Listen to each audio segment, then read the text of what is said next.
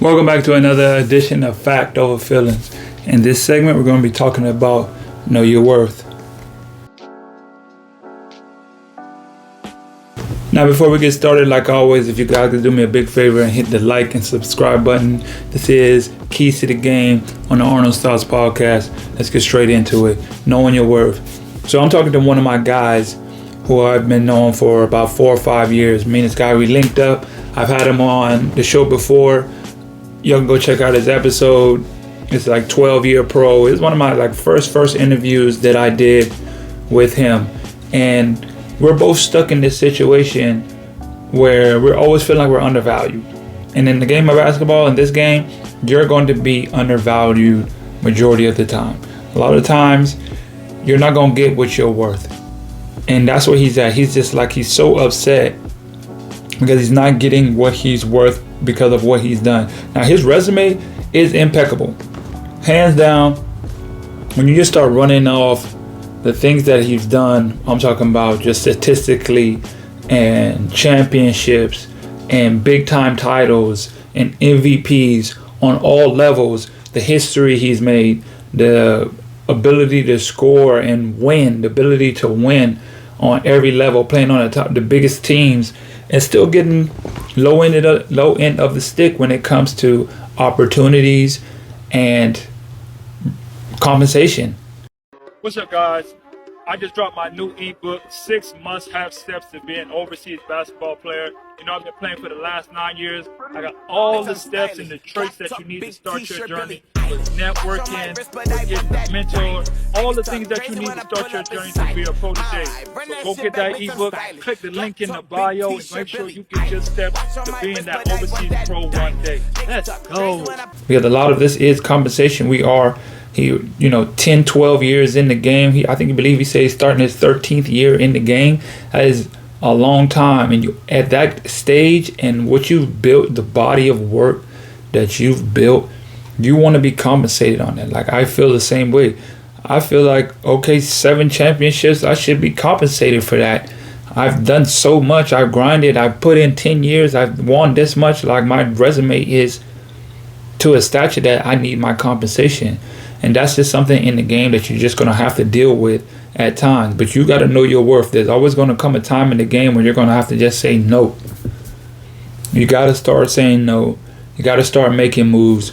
You got to start doing other things, because you're going to get stuck in a situation where you're just not going to be treated your real value. It's like they see you too much and they're not going to give you your respects.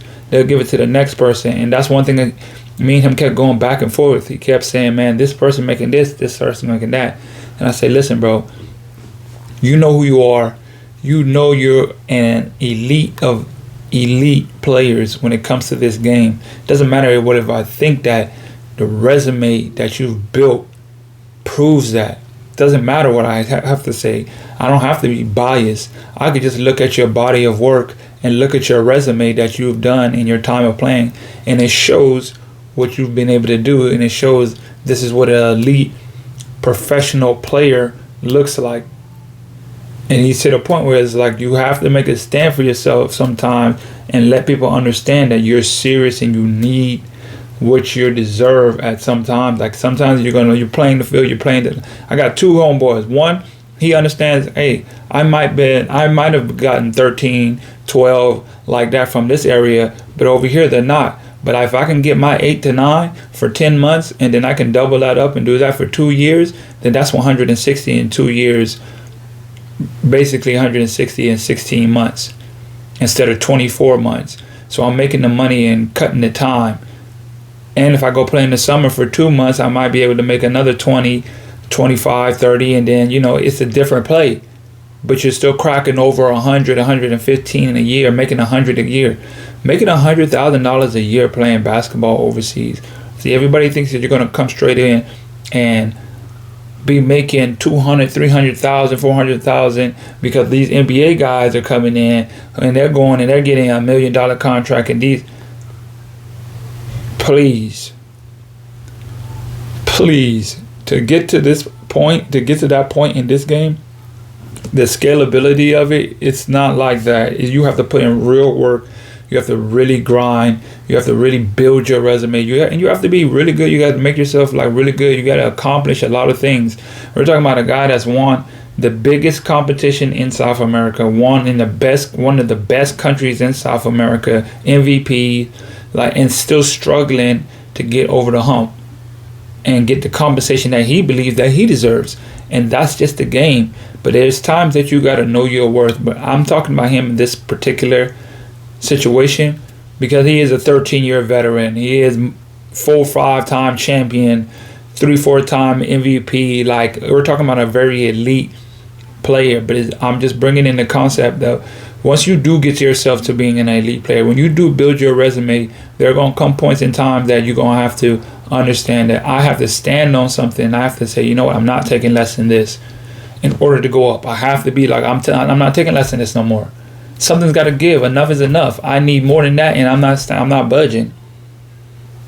If you reach your way up to that stature, then you can talk like that. But if not, do not try to just jump in the water and just feel like off the rip. It's too many times I run into younger players who've been playing 2 years or come from a big college and feel like I deserve some money and I deserve to be getting 10 a month, 12 a month. Like, stop playing yourself. You're playing yourself. Does it happen to some guys? Yes, but you're playing yourself. You're playing yourself. That is a work. You got to work your way up to that. You got to work your way up to that. There's so many ways, but you got to work your way up to that. So many guys, I'm trying to get to the money. I averaged 20 this season. What that mean? What does that mean? I'm talking about running like 3 or 4 rookies this year, and they all was like, yeah, man, I need to get to this money. Trust your journey, bro. That is the mantra of overseas players and players who want to play this game at a high level and play it at any level. Trust your journey, bro. Trust your journey. That is the mantra. Trust your journey, because man, we want to get there so fast. If I have one thing that every athlete mantra or what it is that everybody issue that they deal with is trusting the journey of going and letting it play out the way it's supposed to. You've chosen this career path. Let it do what it's supposed to. You just handle what you can handle. You handle what you can handle. You handle what you do in the court. You handle your talks and choosing the right agent. You handle the things you can. And some things you just got to let the journey play out and believe along the way. You got to let it play out the way it's going to play out. You can't just sit there and pick apart every little parts of the journey. That's not how it is. Sometimes you're going to have good games. Sometimes you have bad games. You got to stay right in the middle and understand what you're trying to do in this game. Appreciate it, love it, enjoy the ups and the downs of it. Find your way, find your role. What kind of role do you want to do? You want to play 5 years and try to max out and use that money to learn something in the meantime because you're going to have a lot of freedom? Or you want to play 15 years, and how are you going to do that? How are you going to consistently grow each year? What are your benchmarks? How far are you going to get in 3 years? What is your goals for a 3-year, 5-year, 7-year, 10-year? Have your number. If you're not hitting your number, find out why you're not hitting your number or who you're not connecting with. Or what do you have to do? Do you have to go play in the summer? Do you have to go play in another country and play? You might not have enough time to sit at home. You might not be able to take off the whole summer. There's so many factors to it. But as you work and as you grow, do not forget who you are to the game and what you provide to the game, because you are your biggest asset first. And if you don't take yourself serious, if you don't set your number, if you don't set your worth, then nobody else will. Look, that's all I got for this segment of Keys to the Game. I hope you guys enjoyed. Please give me a 5-star rating on Apple. And man, share this with somebody who's in the game, who needs to know that they are valuable to this game. This game would not exist without the players. So know your worth. That's all I got for you guys. Remember, greatness is a habit, not a right. I'm out. Hey guys, thanks for tuning into the show. Please subscribe on our YouTube, Spotify, Apple, and wherever you listen to your podcast. I greatly appreciate it.